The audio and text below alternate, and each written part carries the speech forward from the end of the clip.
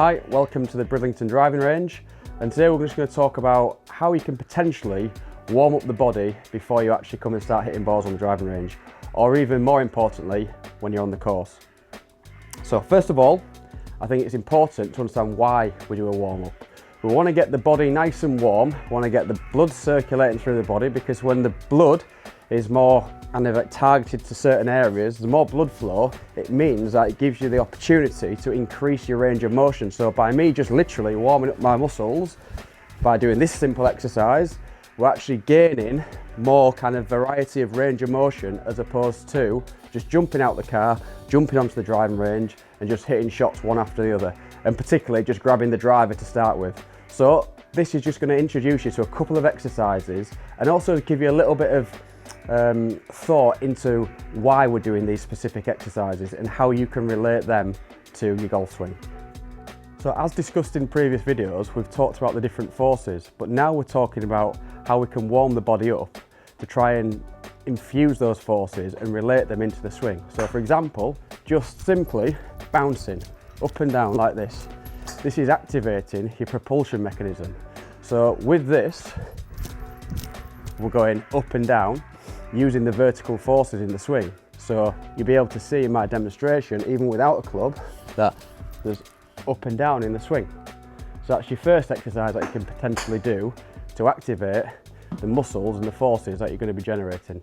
A second exercise that we can introduce is, and this is one that you do see, but we're going to try and adapt it a little bit. When you see maybe golfers jump out the car park, straight onto the first tee, quick warm up often comes in kind of like this sort of fashion. So, which is okay, because we are using rotation in the golf swing, but I think we're going to adapt it a little bit. So rather than just pure rotation, which is representing a movement like this, and obviously when we take the club back in the actual swing, that's going to be way on the inside and too flat and around our body, we're wanting to go more up and down. So to add to that rotation, we're just going to use the rotation with side bends. So you can see here that my side bend here on the right hand side is shorter than that on my left, obviously for a right-handed swing. So if I was going to demo that, it's, you see here, it's going through that range where it's short, right lat shortens, left lengthens as I rotate.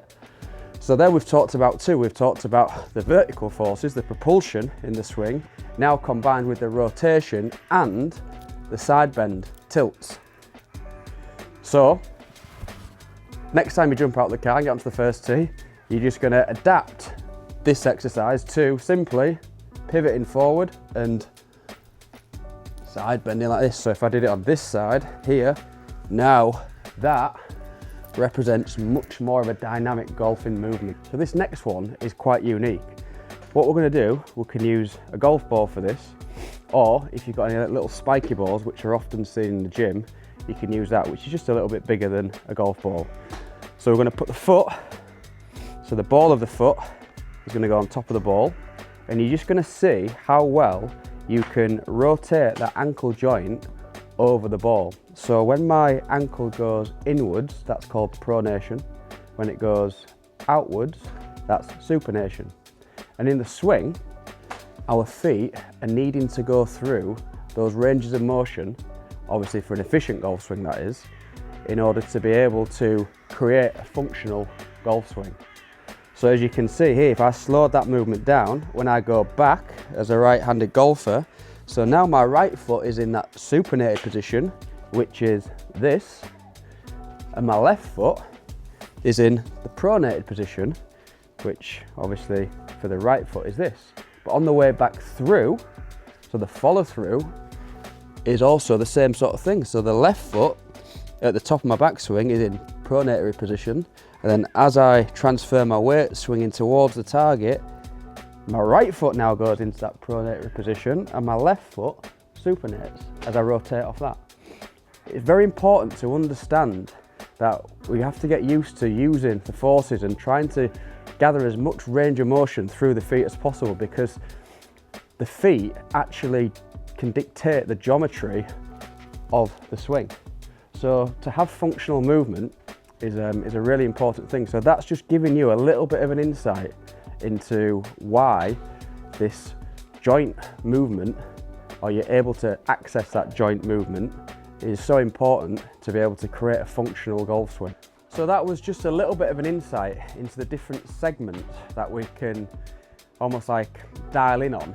And there's plenty more of those segments, don't get me wrong, but they were just examples. So when you feel like you are adequately warmed up, what we can then do is then transfer those feelings into the swing itself. So for example, do I feel the feet pronating and supinating in the swing? Do I feel the up and down in the swing? Do I feel the rotation in the swing? Do I feel the extension as I rotate? So all those questions you can kind of ask yourself. So you're gearing up in order to give yourself the best opportunity to make a movement that's obviously the best you can at that moment in time. Because often we do wake up each day feeling slightly different, and golf is a killer for one day playing great, the next day playing terrible. So all we're doing here is we're just tapping into trying to almost breathe a little bit of a consistency into how we feel and also how we think.